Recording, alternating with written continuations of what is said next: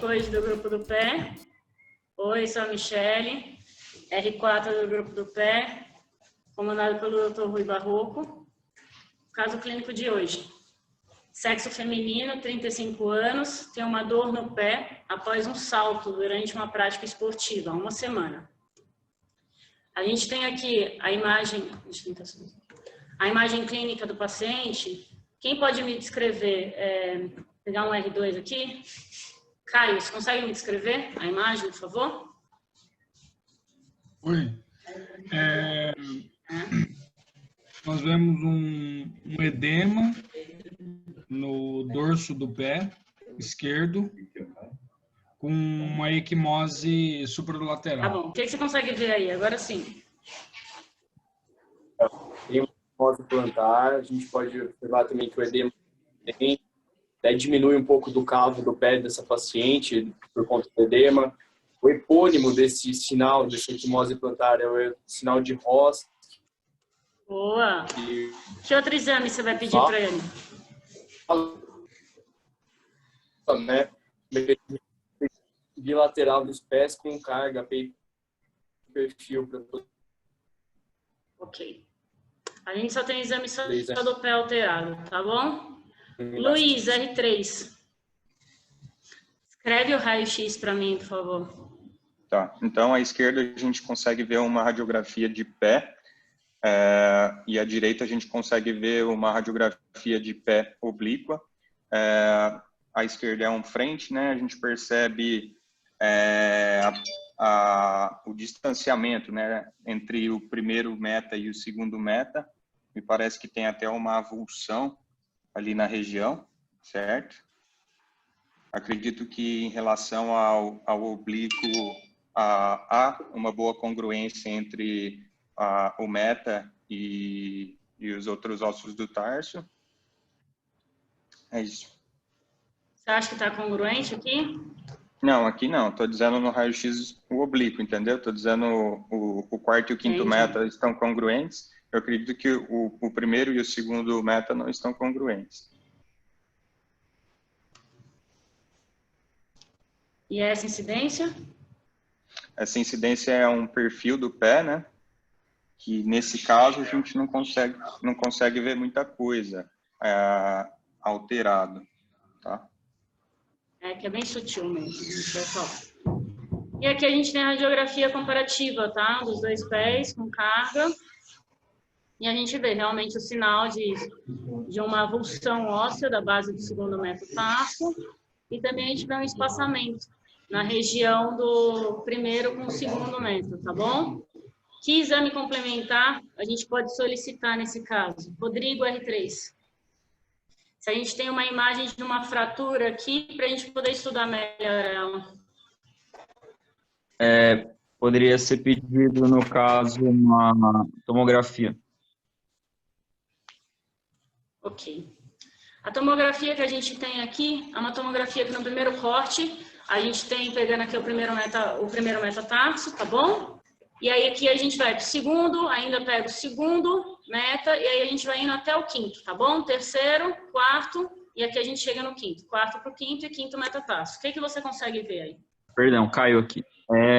Aqui pela tomografia, aparentemente dá para ver uma luxação ali entre o segundo e o terceiro raio, com as cunhas. Também, aparentemente, uma fratura da cunha medial, aparentemente. Mas a continuação. O principal que a gente consegue ver aqui, ó. Uma fratura da base do primeiro metatarso. Do segundo. O primeiro tá aqui, ó. Ah, tá, do segundo, isso. Tá bom? Certo. Aqui a gente tem um corte axial que a gente consegue ver de novo essa fratura e vendo aqui a fratura da base do segundo metatarso de origem plantar, né? Aqui os fragmentos de origem plantar, tá bom? Certo. Você tem esses exames. Que outro exame você acha importante ter numa fratura da base do segundo metatarso? Poderíamos pedir uma ressonância magnética também para avaliar a integridade dos ligamentos e analisar melhor a fratura também. Ok. A ressonância magnética, o que você consegue pontuar para a gente de importante aqui? O primeiro corte é um corte coronal, aparentemente. A gente consegue ver ali nos da direita uma imagem T2, onde na parte plantar do ligamento vemos um edema, né, importante. Também nos cortes abaixo a gente pode ver um corte axial, onde a gente pode ver o distanciamento entre o primeiro e o segundo metatarso e aparentemente a lesão do ligamento plantar.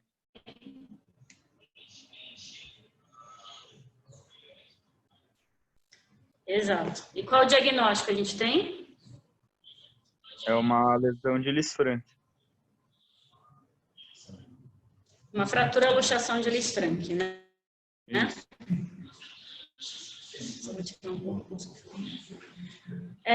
Um pouquinho da epidemiologia da fratura luxação de Lisfranc acontece mais comum em homens, de 2 para 4 em mulheres, tá? Em relação às mulheres, mais comum em adultos jovens, com acidentes de trânsito, acidentes de alta energia. 40% dessas lesões, elas são negligenciadas no primeiro exame no PS, no exame inicial, né? E tem que lembrar que essas fraturas, luxações, podem ocorrer também na prática esportiva, tá? Está muito relacionado. O mecanismo de trauma da fratura luxação de Lisfranc tem 2 tipos. O trauma, as lesões diretas e as lesões indiretas. As lesões diretas podem ser com um trauma no dorso do pé, direto na região de Lisfranc, onde a gente vai ter um desvio plantar. Ou então um trauma proximal à região de Lisfranc, que a gente vai ter um desvio dorsal, que a gente consegue ver nas imagens. Mas o mais comum é a gente ter as lesões indiretas, que são as lesões que a gente vai ter com um trauma, com uma força axial, com uma inflexão plantar, o pé em posição de flexão plantar. E a principal desvio que ele vai apresentar é um desvio dorsal. Por que o desvio dorsal é o mais comum? A parte de Lisfranc é composta por alguns ligamentos. Tem a parte ligamentar dorsal, a interóssea e a parte ligamentar plantar. A dorsal ela é composta por 3 tipos de ligamentos. Os ligamentos longitudinais e os ligamentos oblíquos, que a gente consegue ver na imagem da esquerda. Tá? Eles vão fazer a união do tarso e metatarso. E a gente tem os ligamentos transversais, que fazem a união intertarsais e intermetatarsais. Eles são os ligamentos mais fracos dessa região. E a gente tem os ligamentos que fazem a mesma coisa, longitudinais, oblíquos e transversos, na região plantar. Só que é importante a gente lembrar da região plantar. Ela é mais forte, só que ela tem esse ligamento, que é o principal, o ligamento metatarso. E esse é o ligamento mais forte para dar estabilidade para o ligamento de Lisfranc. Ele não é o ligamento de Lisfranc, ele é o principal estabilizador do ligamento de Lisfranc. E aqui a gente tem um ligamento de Lisfranc, que na verdade é um ligamento interósseo, que ele vai da região da cunha medial para o metatarso. Por isso, nas fraturas, uma fratura, é bom a gente ver a parte do segundo metatarso, tá bom? Uma coisa que a gente tem que lembrar da anatomia.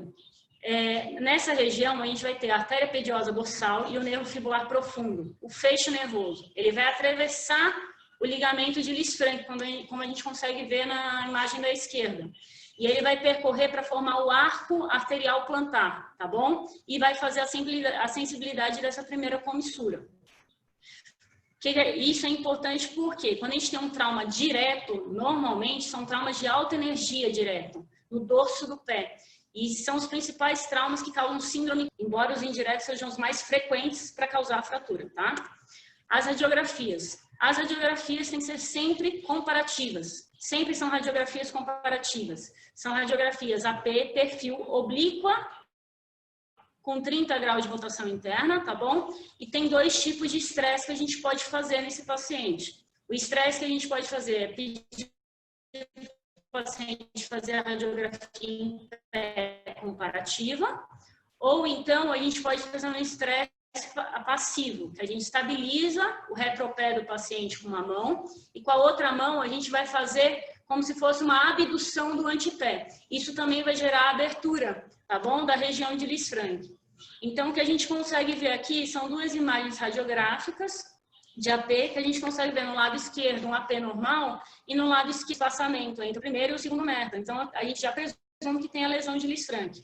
Nessa imagem, a gente consegue ver essa avulsão, que normalmente é uma avulsão da base do segundo metro. Pode ser que essa avulsão seja da cunha medial, mas é mais comum da base do segundo metro.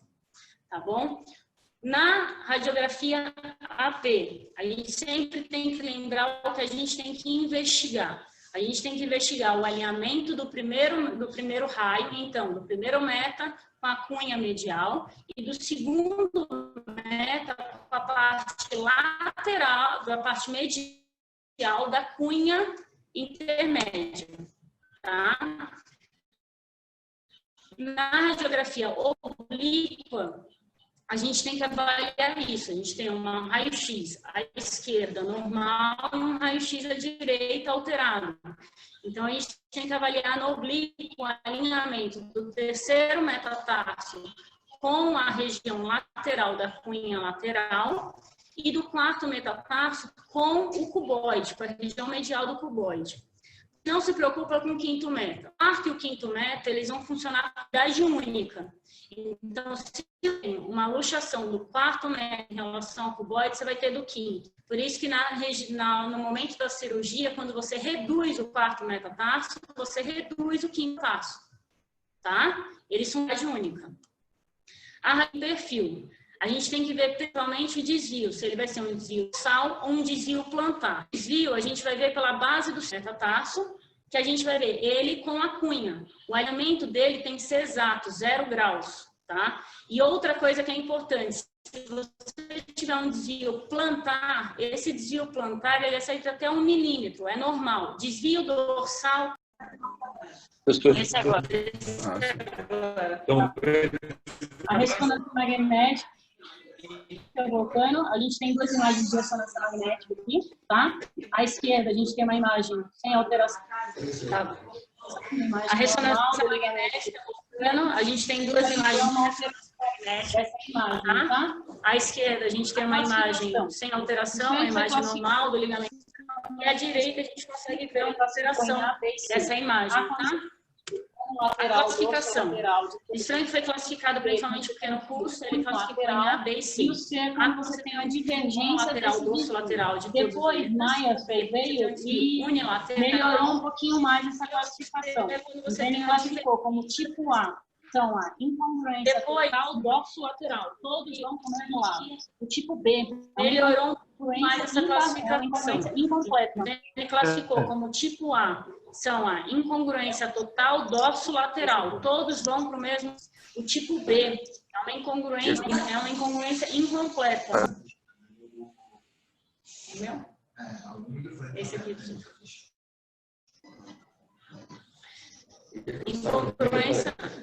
Uma incongruência parcial. No tipo B1, a gente tem incongruência da parte medial. O desvio BB1 ou mais metas lá, bom? Eu não tá ruim, viu, o Michele? Tá ruim.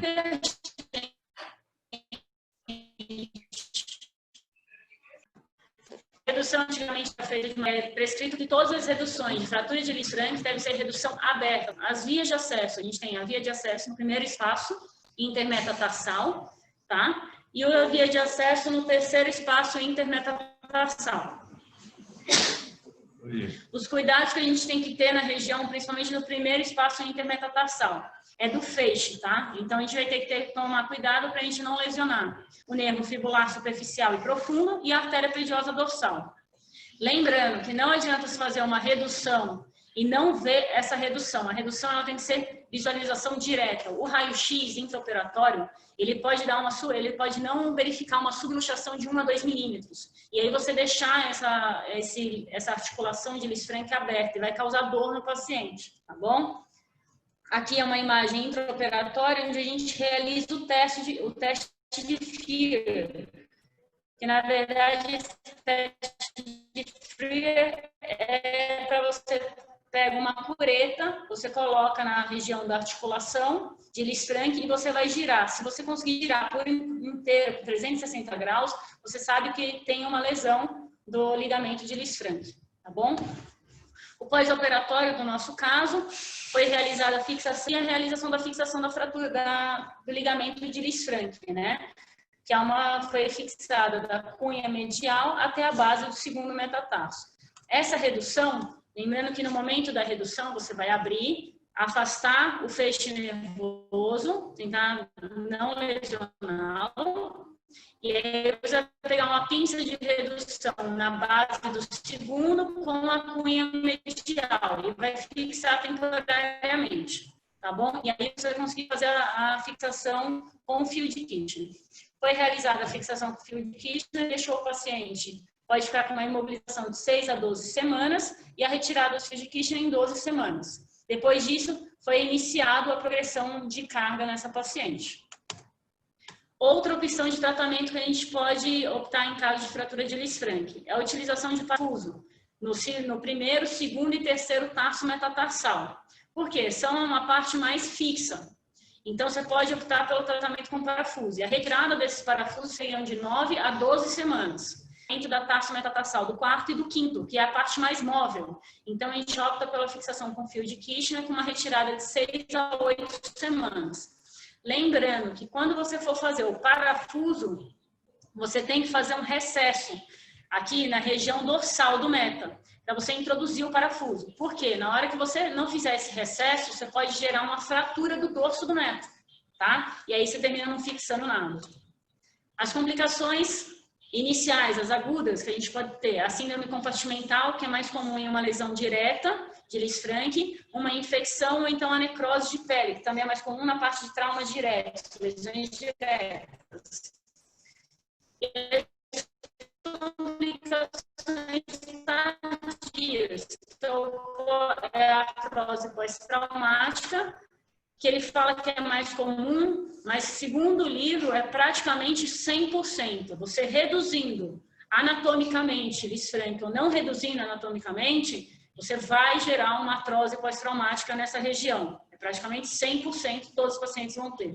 E o retardo e aí você pode ter ainda retardo de consolidação e pseudoartrose, tá bom? Desculpa aí as interferências da internet, mas eu acho que conseguiu ir.